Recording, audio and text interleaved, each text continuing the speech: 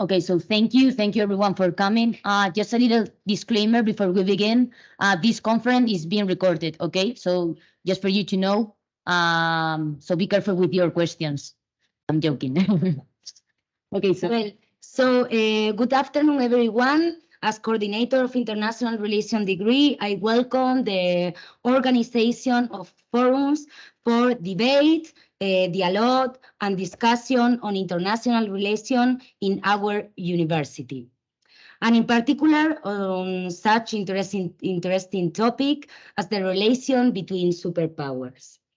Therefore, I congratulate Professor Lucía Mantecón for the organization of this conference. And of course, I thank Emily de la Bruyère for her presence here in our university with our student of international relations, highlighting from her CV the following aspect, just some of them. So the first one, she's co-founder of Horizon Advisory and also senior fellow at the Fundación for Defense of Democracies. Emily also has conducted extensive research on China. She has studied in Princeton University, right? Also in Sciences Po in Paris, and her research has been published in media such as Bloomberg, Wall Street Magazine, and TechCrunch. I think it is pronounced like that. So beside that, she also plays, which is, I think, very important, a role as an expert witness in a Senate banking hearing regarding the threat posed by China state on companies to USA infrastructure.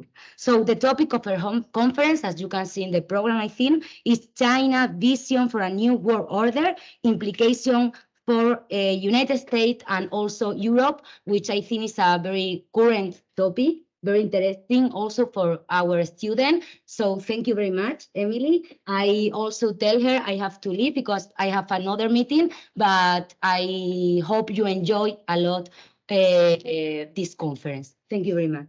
Thank you.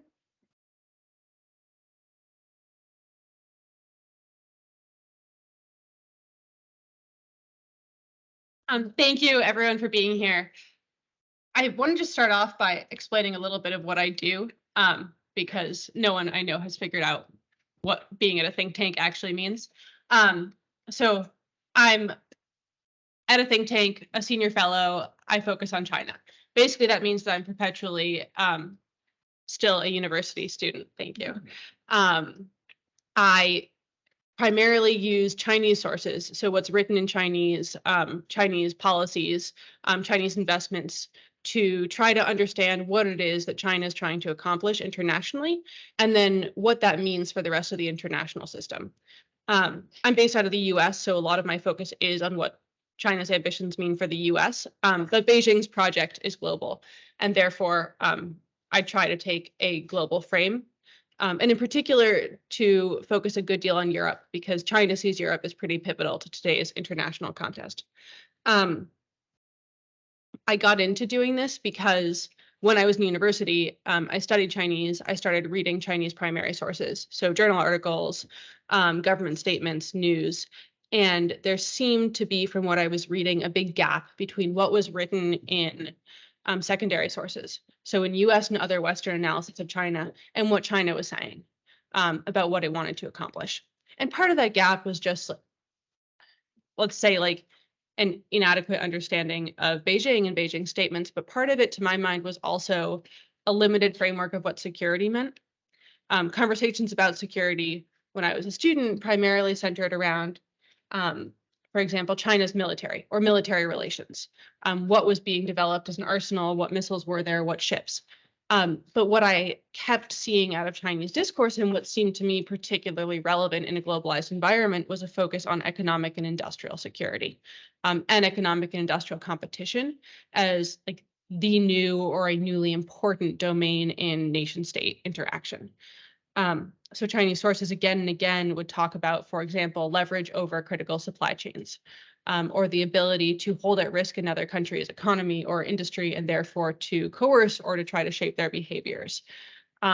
Even the potential that if a defense relevant supply chain or a critical market was relatively influenced by China, there never would be a military competition. And instead, everything that it was international competition would be relegated to economic and industrial relations, which tend to be seen as more cooperative.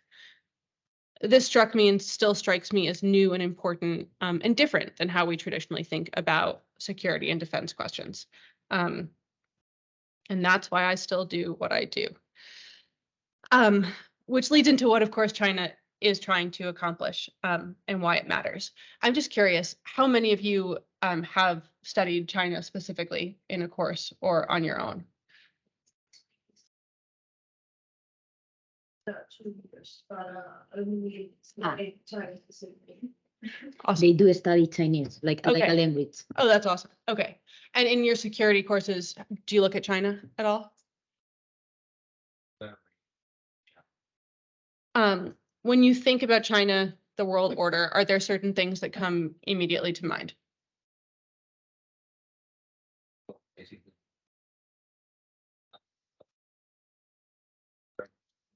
there's sort of economic and industrial needs, or at least until the 20th century with the new generation of Chinese. Anything else? Do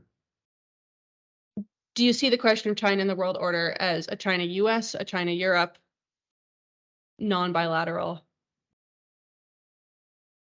Okay, so I think we're on the same page in terms of that approach. Generally, I think of what China's trying to do, so like big picture, 2 key beats in it. First of all, for decades, China's approach to the world order has centered in large part around securing one-sided dependence or asymmetric dependence, working to make sure that the rest of the world depends more on China than China depends on the rest of the world. And we see this very clearly in supply chains and China's industrial policy. The idea is to dominate key nodes in critical supply chains, even if doing so isn't economically efficient, because that promises strategic power and strategic positioning.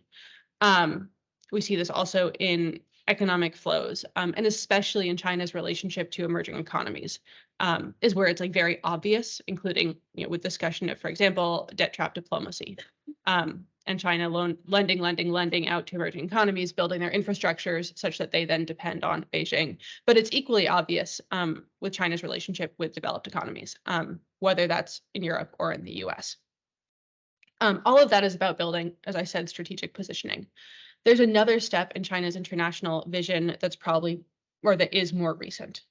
And that's that Beijing sees us currently as in a new industrial revolution.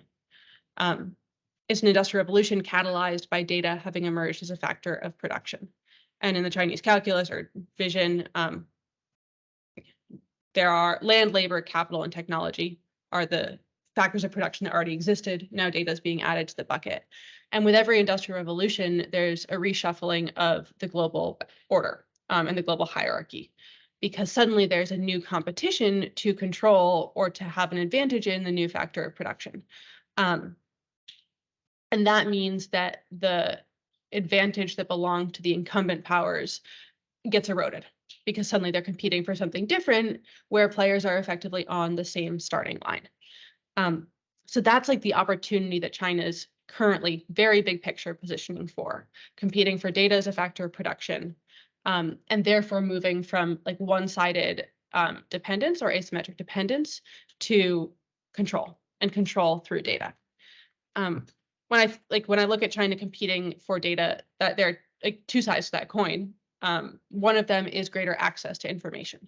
So the ability to acquire more data than other players, including by maintaining access to Chinese companies' information, also by penetrating international information networks while keeping China's relatively protected. But there's another step, which is shaping how information moves. So building out new digital architectures and platforms so that the information flowing on them, it's not just that China can access it, it's also that China can influence it. This is very obvious and I think makes a lot of sense when it comes to the narrative, like international narrative. So China trying to disseminate propaganda, control news, but also control social media narratives. It's less obvious, or at least less easy for me to wrap my head around in terms of other information flows that can control, for example, global economics. So China's building out information logistics systems, information trade systems, e-payment systems, in which the goal is to shape the information environment of all of those things so that then resources move according to how Beijing might, or in a way that serves Beijing's interests. Shipping information is just a good example of this. I think you see China building out a global logistics information system that connects international ports. As China does this, it also defines the information systems according to which goods move from port to port. If you can do that in the same way, like if you're using a map software, it's going to decide what route you take.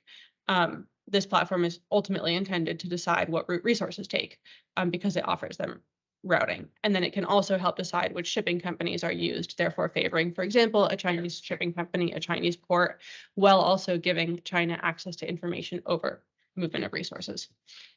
Just all a long way of saying that China sees today's digital revolution as a chance to leapfrog and to control the global architecture rather simply than having this kind of one-sided dependence advantage within it. And that makes, as you said, the content or China's ambitions for the world not just a bilateral question. It's not just a superpower situation.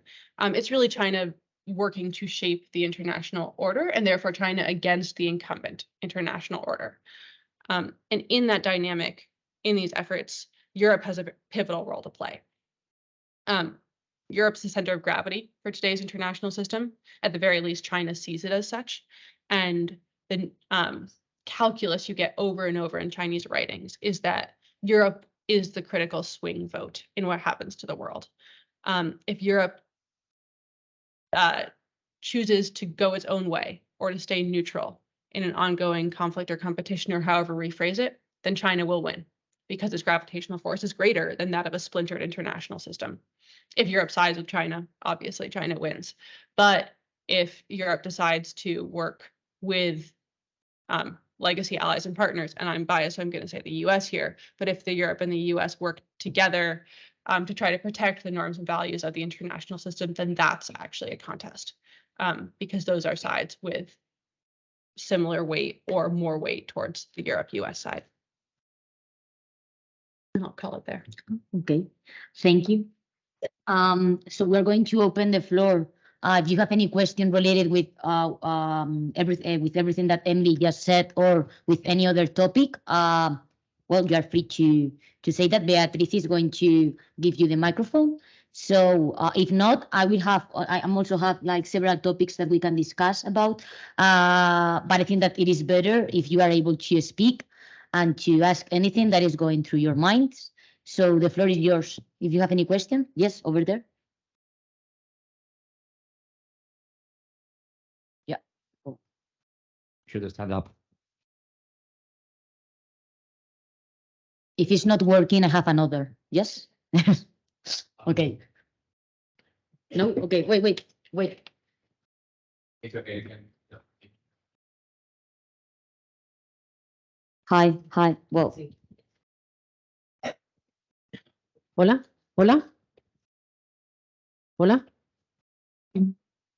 Well, if not, speak up. Bye. Yes, my question would be in regards to Taiwan. So, with the Western unwillingness to be more appeasing towards Russia with war in Ukraine, does China see this as an opportunity to expand in Taiwan, as it intends to do before the year 2050, or does China feel more deterred in order to take more offensive and military action towards Taiwan as their objectives dictate? Thank you. That's an awesome question. And what I should have said at the end was that, I was trying to frame big picture Chinese approach that we can now dive into subjects that are more granular of interest to you, but I'm glad you just forged ahead because I forgot to say that. Taiwan is always interesting as a question. I'm going to caveat my answer by saying that I'm somewhat counter-orthodox on China's ambitions for Taiwan. So there are plenty of people who disagree with me on this. I don't think China has any intentions in the near term of invading Taiwan. China absolutely wants Taiwan to be part of China. There's no question there. However, Beijing's track record, and one that we've seen in the case of Hong Kong, is starting off with economic and political means rather than an outright military invasion to encroach on autonomy of the players it wants to wrap under its control. This is also Beijing's global approach, right? Like China's not resorting to military force first. And part of the reason is that if China does this, the idea is that it stays under the level at which the international system is going to respond. It doesn't trip any wires. If there's a slow, as you said earlier, soft power bid to eat away at the autonomy of other players, it's the whole boiling the frog metaphor. You don't get to a point where the international system says, oh my goodness, you just launched an attack on an independent state, we're going to go defend it. So for that reason, I don't think that we're going to see a rapid, soon, near-term invasion of Taiwan. However, I don't think we can understate how much China has already established economic and political influence over the island, and how much autonomy Taiwan's already lost. The island's entire economy depends on Beijing. That means that the economic elites in Taiwan have interests that are very much tied to those of the Chinese mainland.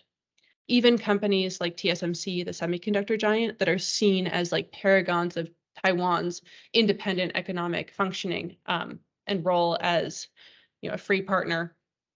TSMC has major facilities, major economic reliances on China. And of course, Taiwan lives under the shadow of China. Whether or not Beijing actually wants to launch a military attack, that's a constant security threat, and that affects every political decision that's made on the island. So doesn't answer your question, but starting off, like that's how I characterize the current China-Taiwan relationship. And I think it'll continue that way. We'll continue to see strings pulled, encroachments on economic and political independence in Taiwan. And then when a switch does flip, it'll be still below the level of a conventional military attack because so much power will already have shifted. None of that means, though, that Russia's invasion of Ukraine and the West's response to it has not encouraged China internationally or has not informed China's approach to international power projection. In talking about that, I think one first thing to emphasize, which is really, really important, is that in Russia's invasion of Ukraine, Russia and China are not independent players. This is very much an invasion that was sanctioned by China as part of a strategic relationship between Russia and China. Beijing gave the head nod for this. And Beijing continues with economic relations with Russia to bankroll the invasion and to give implicit, if not explicit, support for it. Also, China continues to benefit economically from the invasion because it's buying goods at low cost from Russia who can't sell them elsewhere and then selling them into the international system. Just a bit more throat clearing, but important.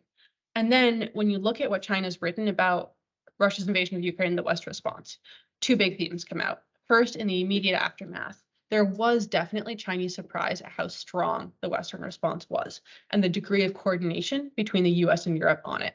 And that did throw China for a loop, put a little bit on the back heels, make it think that maybe the wedge driven between the US and Europe was not as strong as had been assumed, and that there was real resolve to defend the international system.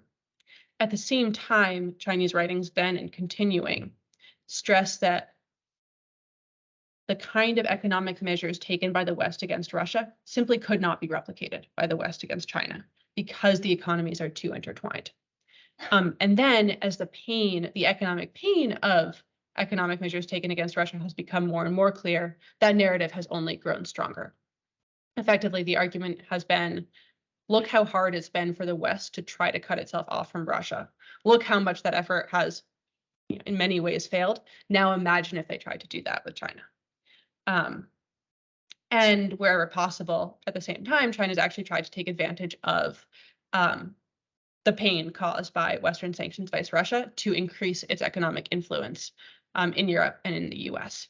So that is manifest both in selling energy into markets that need energy, especially when China can buy that energy from Russia, also with renewable energy. Part of Beijing's bid in today's industrial revolution is also about capturing the new energy revolution. Beijing dominates production of renewable energy sources. And over the past just few months, we've seen a lot of movement of Chinese renewable energy companies into a Europe that's desperate for new sources, which, you know, in the Chinese calculus, like speeds up their effort to control future energy markets.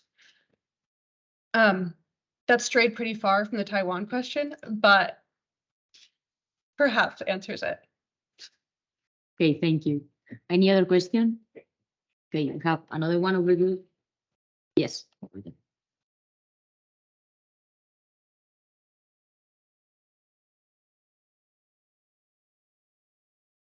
Hi. Oh, thank you for your conference. I'd really like to know, how does it affect the decentralization that it's been done by European countries and the US to several countries like India, for example? And if it is like a strategy in order to like punish China in a way, or what's the ambition there? The ambition of the US and Europe vice India, or? No, like the decentralization only, like the fact that they are trying not to rely so much on China. Okay, yeah. I mean, this has been like, it's been about, you know, this has been a new theme of the past year that has the potential really to reshape the global economy. Decentralization or diversification away from dependence on China. And to state the obvious, it stems from a recognition of what China's international strategy is, right? That the kind of dependence that's been developed on Beijing over the past decades because of China's subsidies, because of their industrial program, is really, really dangerous, and means a loss of strategic autonomy. And then Russia accelerated this. Russia's invasion of in Ukraine to an extent, at least at an intellectual level, because that was a lesson in what dependence can mean, which suddenly forced like an audit, if you will, at a national level of dependence on China. So yeah, those forces and the movement that's come toward other countries like India, like other Southeast Asian countries, in the US, towards South America. I wouldn't say it's so much an effort to punish China as it is an effort to increase industrial and economic security. It's much more, I think, defensive than it is offensive, although obviously those things are intertwined. And one of the reasons I say that in particular is that obviously there's a part of this effort that's driven at the national level by governments, but maybe an even bigger part of this effort has been private sector driven, has been driven by companies suddenly factoring into their economic calculuses the risk of reliance on China, and a risk that comes just simply from lack of diversification, which generally comes at a cost, but also geopolitical tensions and fear that those might disrupt supply chains. The Chinese policies around COVID-0 that shut down production, and with those, the larger risk of having economic dependencies in an authoritarian state where you can't predict what's going to happen or have a say in it. And I think it's like really crucial to pull out the part of that that's private sector driven, because that's kind of a big deal. The economic calculus for decades, like undergirding globalization, is that you don't really think that way, right? You think about efficiencies first. Borders don't really matter. If there's a lower cost way, you go there. And the fact that now companies are eating higher costs to diversify on an assumption that borders do matter. And things like geopolitical risks, regulatory regimes, authoritarian or democracy should be factored in. That signals an actual change in what the economic logics governing our world are going to be. Kind of cool. Also just like kind of some like big, like this is a trend. It's probably going to keep going. And there's going to be a lot of rethinking current models and assumptions. There's also a fun twist. And this is just me. This is self-indulgent, forgive it. But as moves to diversify towards all the countries mentioned take off, China's also aware that's happening, right? And there are all sorts of countermeasures that Beijing uses, including incentivizing more foreign production and investment in China, but also investing in the third-party countries, like throughout Southeast Asia, like in South America, where production is moving, such that, yes, you might have new factories being built elsewhere, but those factories might actually be owned by a Chinese company, or have other dependencies on China. Which just emphasizes the reality that like this entire contest, this entire question is global. And it's not just, are you in China, are you not in China? But there's an element of influence that extends across borders. Okay, thank you. Have another one over there. Okay, so I have two questions. The first one is related with that from 2013, the new Silk Road infrastructure with the debt trap theory and so on. We have seen examples like Sri Lanka, and I have a question about Djibouti, that China has owned for the first time a naval base outside its territory. It's a crucial way of commerce in all the international routes. And I have the question if you think that is in an economic way or in a military way, the reason to have there a base or for the data, commercial reasons. Also that this has happened even in Spanish ports like Valencia, Bilbao, also in Turkey, that China or companies very related with the China's government owned some of these ports after the crisis of 2008. And the other question is more related with NATO and China, and the way that NATO classifies China as a systemic rival in the 2019 conference, I think.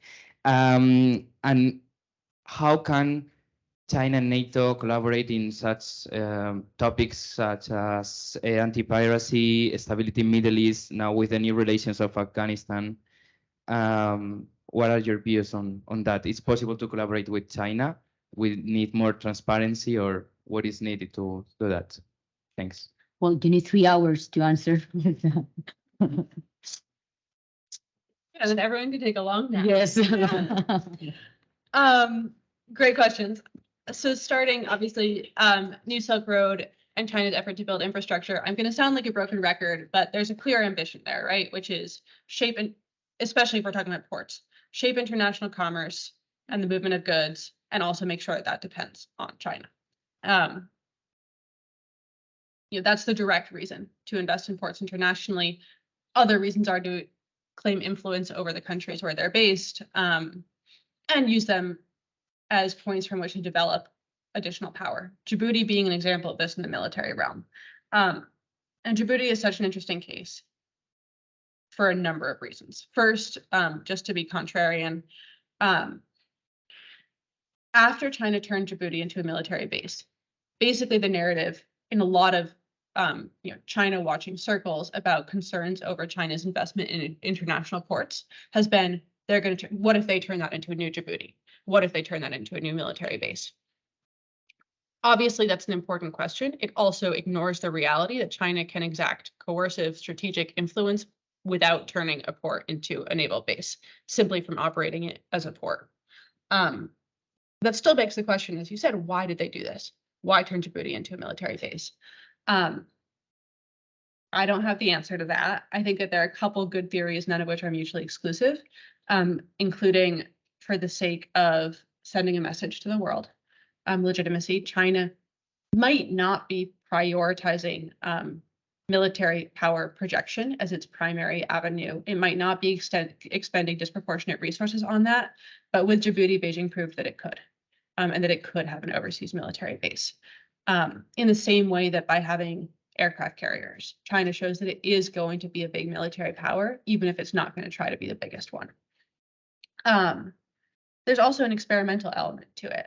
A lot of the time with China's international presence, you see things take off as pilots just to see what happens, to test the waters, whether that's testing the international reaction or testing how much it actually works for China, whether it supports its ambitions. And then, of course, there is the strategic value of Djibouti versus other ports.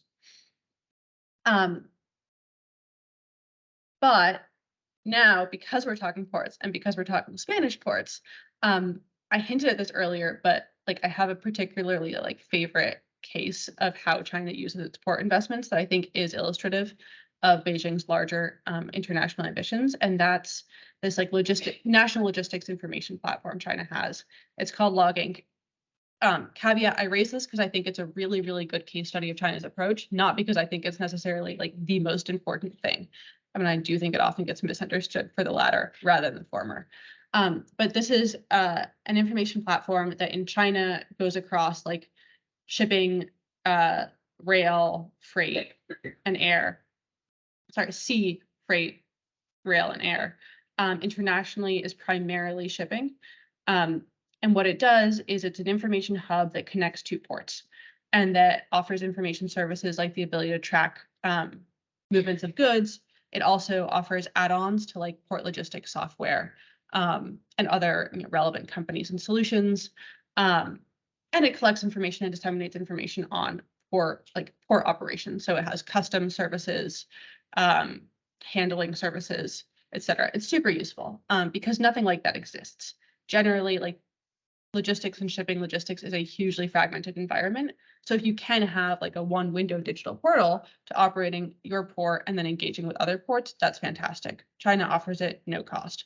What it also means is that China can collect information on global shipping, movement of goods, if it chooses to distort the information that's being received by a port or a shipper or an insurer or a customs agent, which, for example, could make it easier for China or for a Chinese entity to smuggle goods, could make it more, on your listing of what port software to use, put a Chinese company first so that then China controls the port software of a port.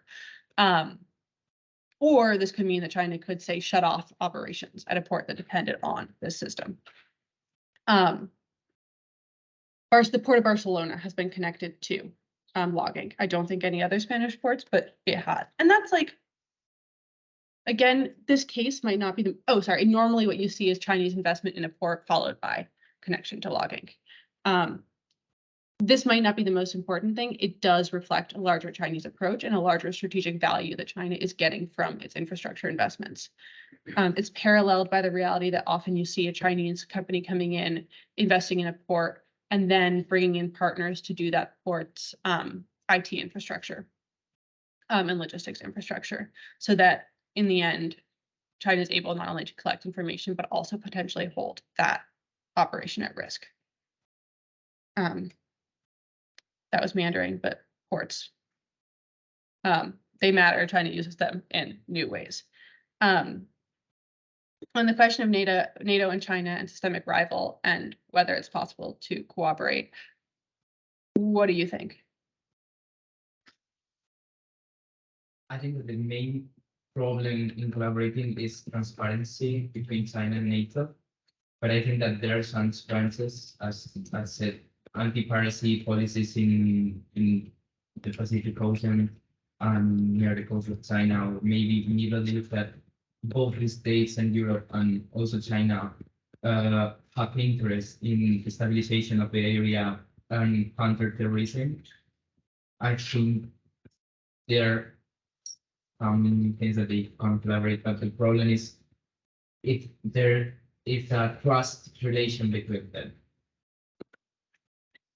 Yeah, I think that's exactly the question, right? And there's a trust relationship. And if you give China an inch, to use my measurement, it takes a mile, right? And something that's been seen, especially in both China-US and China-EU relations over and over, is that Beijing uses these kinds of cooperation as coercive leverage.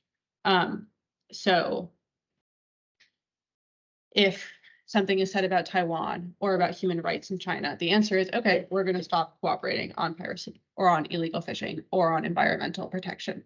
That's not great for trust. It's also a real problem because it means that this kind of what should be critical and mutually beneficial cooperation with China ends up turning into a weakness for the parties implementing it because China is going to use it as leverage. Isn't an answer because, like, in theory, there are global problems. China's the first or the second global economy, depending on how you measure, the biggest power in Asia. How do you solve global problems without China? But Beijing takes advantage of cooperation. And I think in many ways, then it kind of becomes an impossible problem. You need China, but China's only going to act in its own interests. China's a rival. If you're playing sports against your rival, you don't pass to your rival, right? But this isn't a sports game. It is kind of necessary. Which is me avoiding an answer, but I think the point is you have to go eyes wide open, right? Like there has to be an effort made, but you can't ever expect China to be a fully trustworthy partner. Okay, I think we have another one there. Yes. Well, thank you, and loving the conference so far. Going back to what you said about Taiwan and how the elites and the economy is really related to China and Beijing, it has reminded me of how Hong Kong was incorporated into the Chinese system. And what are your thoughts about the same happening in Taiwan, and how is the international community or maybe NATO are going to what are they going to do about it? Thank you. What will they do if Taiwan goes the way of Hong Kong in the same approach? Yeah, if they take the same route, and because, for example, Hong Kongese people were against it, but the government didn't. What will happen? Great question. And I think that that's like a useful one to add to the question of what did the West response to Ukraine teach China? It's just as important, maybe more to ask, what did the West response to Hong Kong teach China? And it certainly encouraged Chinese aggressiveness because it made it seem like there wasn't going to be a real response. And you'd get narrative, right? You'd get people standing up, making speeches, saying this is bad, maybe letting immigrants from Hong Kong come to their countries, and then the world would forget. And part of the problem in what China learned was, well, the short attention span and lack of resolve for the international system, especially when the question is one of a small country most people have never been to all the way across the world. The other thing you're learning for China was that there's no obvious answer. Like, what are we supposed to do if China uses non-military means to take over the autonomy of a country? There's no clear playbook for that, and there aren't really tools for answering that have been developed on the part of the US and Europe, who are the natural defenders. There are a lot of playbooks for if China invades, right? Then you match your military forces. Russia's in many ways helped to define an economic framework, but again, is that feasible to be used against China? And so I think the 2 points China learned were not only that there was a lack of resolve about what to do, but that there was a lack of clarity about what you would even do if you had the resolve, which makes it really, really important and incumbent on, like, that should be something that the US and EU are actively figuring out right now. How do you compete and actually compete at a level that's below military engagement with a country on which you depend economically? And or how do you cut your economic dependencies to the point where applying economic means is feasible? And I think, just to drill down a little bit, the player that the Hong Kong case was most striking for in terms of the lack of response was the UK. China actively broke a treaty with the UK when it took over Hong Kong. That's kind of a big deal. There really wasn't that much of a response. And especially because of the UK's particular role with respect to Europe and with respect to the US, seeing change in their positioning vice China, which is getting more and more competitive, will be an interesting just wild card to watch in the international system. Thank you. Do we have any other? Okay. Two more over there. Gara, you go first, and then Gonzalo. Okay. Hi. So I would like to ask, after the new NATO concept, and especially after the new 360 approach, towards Asia. Do you think that China will take any any measures regarding economic relations with the European countries, especially with the EU? Great question. Yes. I'd say like response. China's very good at using pressure on companies in response to action from governments. And I think that that's something, okay, sorry, a couple elements of China's response as NATO becomes more assertive as China and also as Europe becomes more assertive as China. These aren't necessarily, or these responses I don't think I'm not necessarily going to attribute to NATO's stance in particular.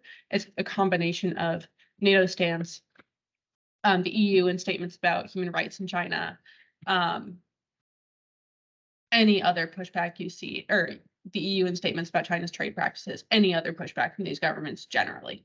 But first of all, like China's first play in these cases, especially toward Europe, it's different toward the US, is usually actually providing more commercial and economic sweeteners to governments and companies, like a charm offensive first before coercion. And I mean, we've seen this play out with Chancellor Scholz from Germany's visit to China a couple months ago with a coalition of German companies and the signing of all sorts of economic deals, which were playing on Germany's desire to do business with China, but in like more of a positive sweetener way. If that doesn't work, or after that, I think comes more of the pressure side, limiting what companies can do, European companies can do in China, pulling the kind of moves that we saw with Australia and Taiwan last year, where you see trade flows limited and export controls. But again, China really, like their vision for Europe is to drive a wedge between Europe and the US. And because that's so much the goal, the general approach is to try to win Europe over first before you push Europe away. Because the more you push Europe away, the more they might actually work with the US. But again, if the sweeteners don't work, that's when, one other thing I want to say, that's when you turn to more coercive measures. The other thing in China's approach is also trying to splinter the EU generally, because that's another way to neutralize it.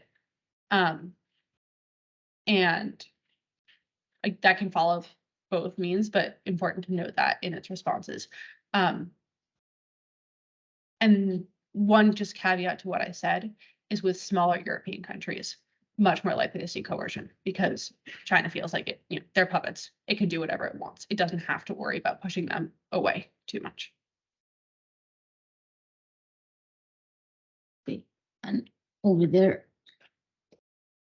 if you can, yes.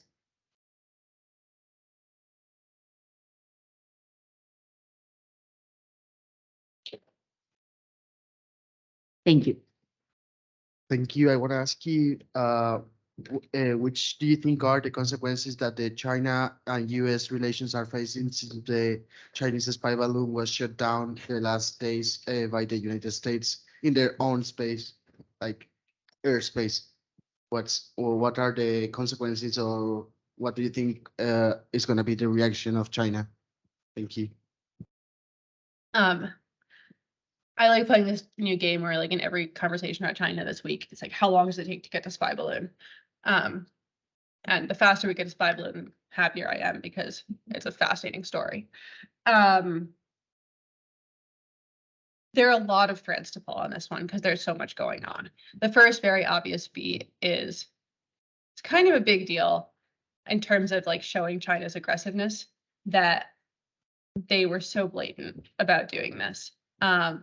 And also that even after the spy balloon was sighted, there was no effort to like call Washington and try to figure it out and calm things down. Just put out the Chinese line, held to it, regardless of the repercussions.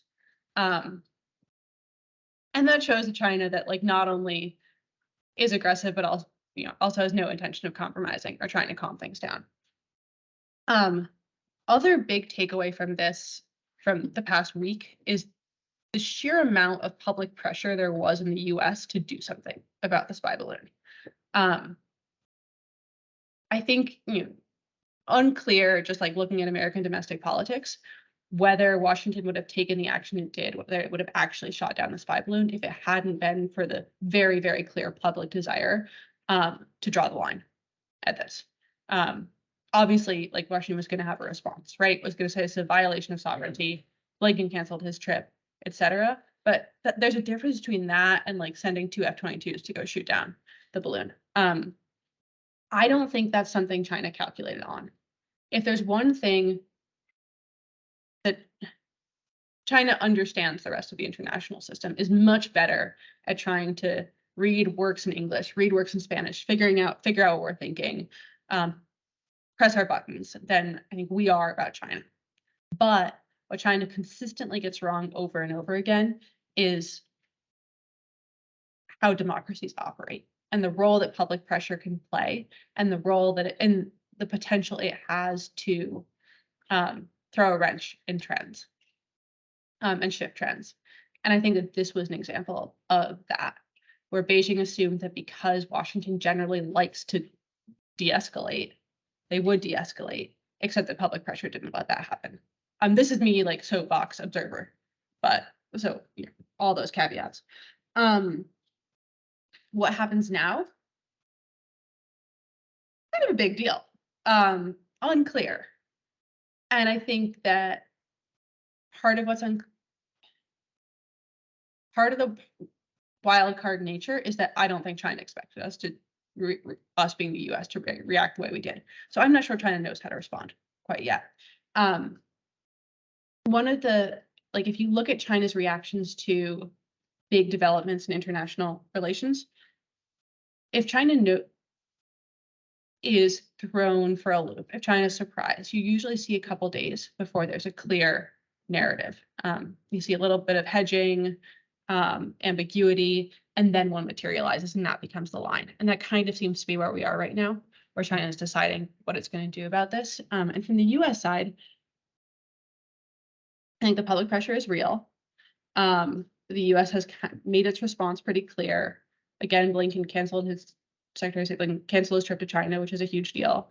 And I think now the ball's kind of in China's court.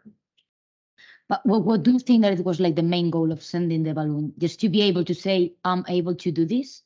Because here in Europe, it happens a lot that we have Russia invading NATO's airspace a lot of times, and it's just to prove that they are able to do that. I think, yes. Yeah, just that. Okay. Yeah. That they weren't really having like nothing else behind that, just to send a message. Yeah. And ideally to send a message that the US wasn't going to do anything about it either. Okay, do we have any other question? Yes, over there. Well, we're going to do that one first because of logistic issues of the microphone, and then we will do another one here.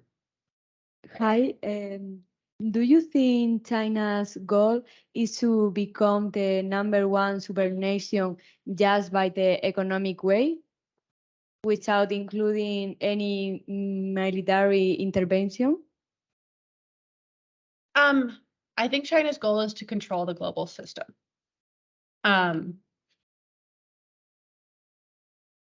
That will include economic and security means.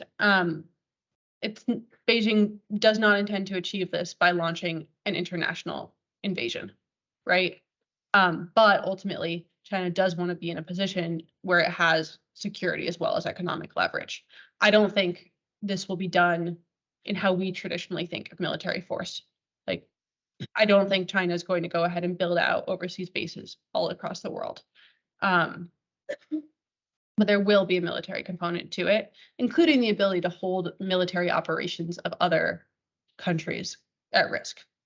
Part of the reason it's tough to answer a question like this is that China, based on a national level strategy, doesn't distinguish military from commercial actors, tools, or ends. They have a national level strategy of military civil fusion. And basically the idea of that is full integration among military and commercial sources of power, applications of power, and goals. Which means that Chinese companies fulfill military ends. Military players are intended to support the economy too. Which goes, I mean, this is like what, for example, international pushback against companies like Huawei is about, right? That those companies are in part and parcel of a Chinese effort to build out industrial and technological dependence, but they also like do work with the Chinese military, and the goal is to imbue like pretty traditional security risks into commercial information architectures. Also to support, like they have the potential to support Chinese military operations internationally, even though they're commercial companies. So going back to the question, economic and industrial tools are first and foremost in China's toolkit, but those are fused with military objectives and approaches, just under perhaps like a different guise than what we've traditionally seen in the history of international security. Okay. Okay, we have some of them. Okay, we're going to go there first, but then it's your turn. Okay. Does the US or NATO have any roles or capabilities to counter the Chinese use of gray-zone strategies against its neighbor countries? Sorry, my voice is broken right now. Can you see it again, please? Does the US or NATO have any roles or capabilities to counter the Chinese use of gray-zone strategies against its neighbor countries? Capabilities in order to counterfeit the use of gray zones. Oh, gray zones. That's the big question, right? And that goes back to the Hong Kong question. It goes back to military civil fusion too, as a Chinese approach. I'm not on the inside of NATO, right? So I don't know to an extent. It does seem like there are playbooks being developed in real time, but like that's a question that's unfolding every second. And it's unfolding more quickly now than it was 5 years ago, because there's a recognition that China uses gray zone operations, and there's a recognition that we need responses to them and whole of government responses. But this is still unfamiliar territory for the US and NATO. So we're all watching it happen. Okay, another one of the, yes, that one.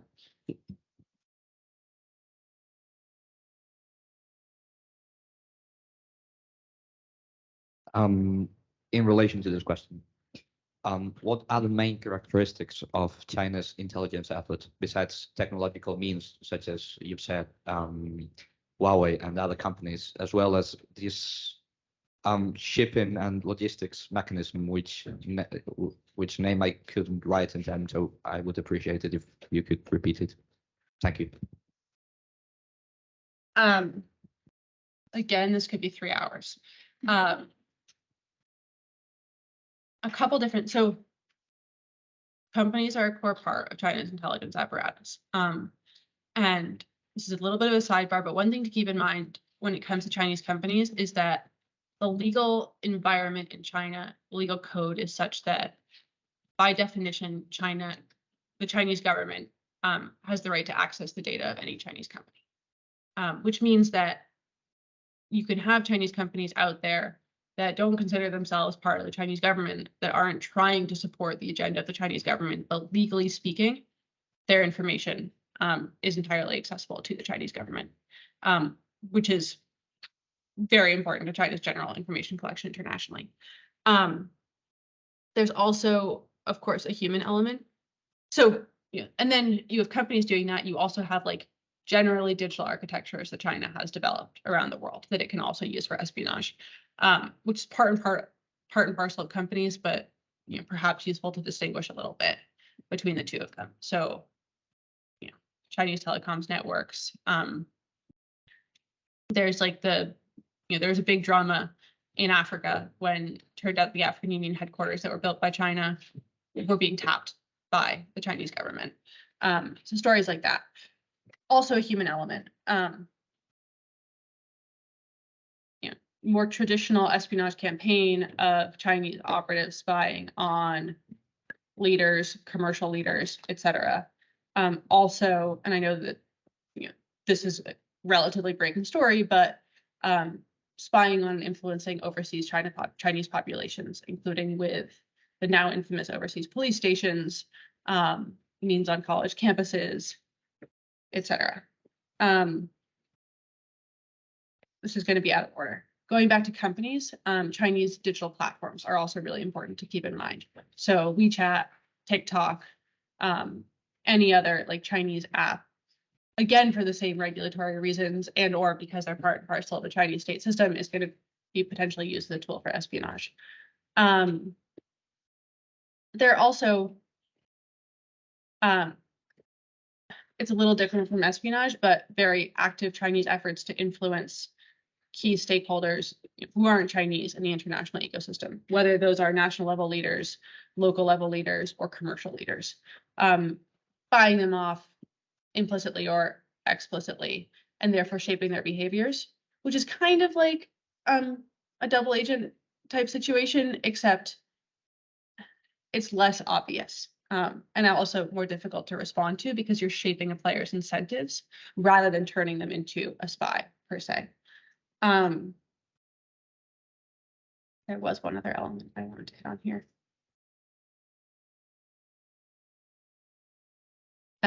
But I'm not going to remember it. So I'd say those are the big things. And like it's kind of distinct how much of a role commercial players play in China's espionage system. And that just goes back to military civil fusion, the difference in China's approach to international power projection than any other countries, and the difficulties of responding in an environment where companies are global. Okay, we have another one over there. Yes.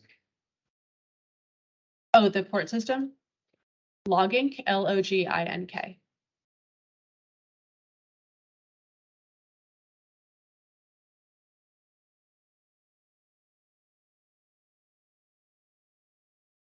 So hi. First, like, as I've understood it, like, China's relationships with the world are based on dependency. So do you think China can, like, keep the upper hand just based on this dependency? Or, you know, because I think there's, like, the detrimental difference between US and China is that US has relationships based on, like, allies, while China is based on dependency. Do you think they can keep like being the upper hand or having the upper hand just based on dependency, or would they have to build like a strong relationships with other places? Awesome question. Who knows, right? Is the easy answer. I like to think, and I hope that in the end, like a network of allies is going to be stronger than dependencies, especially as it becomes more and more clear that diversification is important, and also because countries fundamentally want autonomy. And as countries realize that China's international ambition is not just about like economic relationships or whatever, it's actually about undermining their autonomy. I think that that's going to force a pushback, that in the end, like freedom, independence is something that governments as well as people want. And I mean, it is worth, like you said this, but just stressing, China doesn't do allies. It does strategic partnerships.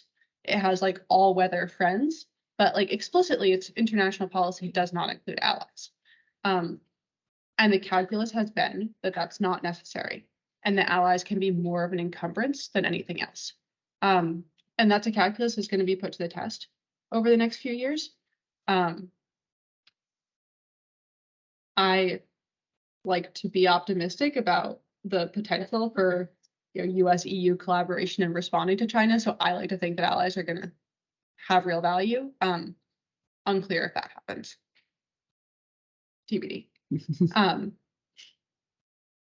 But like, there's room for an entire new literature and international relations theory on that question, right? What value do allies provide? At what costs? What are the alternatives? And And you could probably like make a name for yourself as an IR theorist, simply debating that question. I did remember the one other element of the information collection effort that I wanted to stress, which is tech acquisition, which is slightly different than, or very different than traditional espionage, but very important in China's information collection regime internationally. China has effectively made the calculus that acquiring innovation from the international system is a whole lot cheaper and a whole lot quicker than developing it at home. So a lot of China's scientific and technological program is based on stealing tech from innovation hubs internationally and then focusing on engineering, applying, scaling that tech at home, competing for its use rather than for its development. And to that end, China has a massive commercial espionage system, which is implemented by individuals, it's implemented by companies, it's also implemented by incentives for foreign companies to have presences in the Chinese market that come with forced technology transfer and forced joint venture that put their IP at risk. But I would just like, that's a pillar of China's espionage campaign. In a way, it's not really a pillar of most other countries. Okay, do we have any other question? No? Okay, so we are going to close the debate now. Thank you. I didn't have the opportunity at the beginning, but obviously, as you all know, this conference has been organized by the US Embassy here in Madrid, in Spain, and by Es Global, and it is part also of a contest, which is Programa Defensa y Yo 3.0, okay? And now Beatriz from Es Global, she's going to explain a little bit how the contest is being organized, just a little bit, so that you know everything if you want to participate. And we also have Ian over there if you want to come. He is the student who won last year, and he had the opportunity to travel to NATO headquarters in Brussels. So he's going to say like a few words, a small statement regarding his experience, and we will be done with that. Okay, so, well, and thank you, Emily. Thank you very much, Emily, y muchas gracias, Lucía, y gracias a todos por participar y por asistir. Mi nombre es Beatriz Vallejo, yo formo parte del equipo de Es Global. Es una publicación digital en español sobre cuestiones internacionales, sobre relaciones internacionales. Y entre otras cosas, y junto con la Embajada de los Estados Unidos en Madrid y gracias a la Embajada de los Estados Unidos en Madrid, estamos realizando este programa sobre Defensa y Yo, sobre la cultura de defensa y sobre seguridad. Llevamos 3 años. Gracias también a la Universidad Rey Juan Carlos I, también lo hicimos aquí el año pasado, que dentro de un ratito hablará Ian, que fue el ganador de la actividad del año pasado, de este debate y de esta actividad. Y nada, deciros que me gustaría muchísimo que participarais todos. Ya sabéis que tras esta actividad, este debate, podéis presentar vuestras propuestas, podéis presentar un proyecto donde hay un concurso, donde estamos organizando un concurso, donde habrá un ganador. Además, este año participamos 16 universidades de diferentes puntos de toda la geografía española, y hay un ganador tras este concurso que, gracias a la embajada y junto con Es Global, podrá visitar las instalaciones del organismo de la OTAN en Bruselas, aparte de, entre otras cosas, tener charlas muy interesantes con el personal tanto de la embajada como de la OTAN, e incluso formar parte de una red de estudiantes y de alumnos que en otras ediciones, pues bueno, es una red muy interesante pues para vosotros y para poder conoceros y realizar diferentes actividades. Entonces, animaros a participar, a presentar vuestros proyectos, vuestras propuestas, y nada más. También os invito a que visitéis la página de Es Global si no la conocíais, donde podréis tener ahí diferentes contenidos que os pueden ayudar muchísimo en vuestro día a día. Muchas gracias, Lucía, y muchas gracias, Emily. Y bueno, dejo a Ian, que fue el ganador del año pasado, de la edición que tuvimos de Defensa y Yo 2.0 del año pasado, que nos comparta su experiencia. O sea que adelante cuando quieras. Vale, pues buenos días a todos. En principio, si a Lucía y a Emily no os importa, os lo voy a contar en español. Muchas gracias por darme la oportunidad para poder contarles cómo fue el año pasado esta experiencia. Básicamente, después de participar, me galardonaron con la oportunidad para visitar Bruselas durante 3 días. También hicimos una visita previa a la Embajada de Estados Unidos. Conocimos al personal involucrado en este proyecto. A Ana, que está en el fondo ahora mismo documentando. A Nicole, que en primera fila, por ejemplo, me ha ayudado mucho también en mi carrera profesional en adelante. Y básicamente el viaje consistió en una visita de 3 días a los cuarteles generales de la OTAN en Bruselas. También visitamos una base en la frontera alemana que es la de Geilenkirchen, donde la OTAN tiene los aviones AWACS de respuesta temprana. Y también visitamos la misión estadounidense ante la Unión Europea. Entonces, en estos 3 días fue una experiencia increíble y una oportunidad fantástica para conocer a militares políticos, sobre todo, que se dedican a asesorar, de forma profesional, dirigir la acción y la visión de la OTAN. Y sobre todo, pues para conocer un poco cómo funciona la organización, su propósito y muchas de las oportunidades que tienen para gente joven como nosotros. Dicho esto, sí que es verdad que yo os animaría sinceramente a participar en este proyecto, porque estoy muy convencido de que todos tenéis muy buenas ideas sobre cómo China interactúa en este nuevo orden global, cómo es su visión y el rol que juega. Y de verdad que os animo a compartir esas ideas y os digo que merece mucho la pena el poder tener la oportunidad de participar para alcanzar esta oportunidad de resultar seleccionado. Y a comer mejillones con patatas en Bruselas, aprovechando. Gracias. Okay.